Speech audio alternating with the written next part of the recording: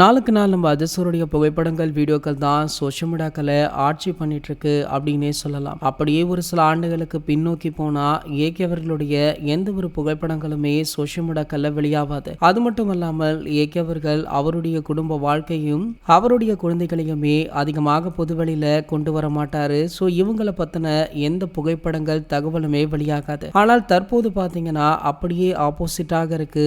AK அவர்களாக இருக்கட்டும், அவருடைய குடும்பமாக இருக்கட்டும், அனைவருமே அடிக்கடி சோஷியல் மீடியாக்கள்ல போஸ்ட் போடுவது, ஏகே அவர்கள் அவ்வப்போது வீடியோக்கள் வெளியிடுவது அப்படின்னு தொடர்ச்சியாக இந்த சம்பவம் அரங்கேறிட்டுமே இருக்கு. இந்த நிலையில பாத்தீங்கன்னா சமீபத்தில் கூட ஏகே அவர்கள் திருப்பதி சென்ற வீடியோக்கள் புகைப்படங்கள் சோஷியல் மீடியாக்கள்ல வைரலாச்சு. இது மட்டுமல்ல, அஜசருடைய அடுத்தடுத்த படம் பற்றிய நிறைய தகவல்களுமே சமூக வலைதளங்கள்ல வெளியாகுது. ஸோ அதன்படி பாத்தீங்கன்னா ஒரு சில மாதங்களுக்கு முன்னாடி ஏகே அவர்கள் பிரசாந்த் நீல் இயக்கத்துல ஒரு படம் ஒன்றில் நடிக்க போவதாக ஒரு தகவல் வைரலாச்சு. ஸோ அதனை அடுத்து பார்த்தீங்கன்னா படக்குழு தரப்புல இருந்து எந்த ஒரு அறிவிப்புமே வெளியாகல. ஒருவேளை இது ஒரு ரூமராக இருக்கலாம் அப்படின்னு ரசிகர்கள் அந்த சம்பவத்தை அப்படியே விட்டுட்டாங்க. ஆனால் தற்போது பார்த்தீங்கன்னா பிரசாந்த் நீல் அவர்களே ஏகே அவர்களை சந்தித்துள்ளதாக சொல்லியிருக்காரு. ஆகையால ஸோ இவங்களுடைய கூட்டணி உறுதிதான் போலையே அப்படின்னு தற்போது ரசிகர்கள் மீண்டுமே ஆட்டம் போட ஆரம்பிச்சிருக்காங்க. ஆனா இதுல ஒரு ட்விஸ்ட் இருக்கு. அதாவது பிரசாந்த் நீல் அவர்கள் ஏகேவை வைத்து இண்டிவிஜுவலாக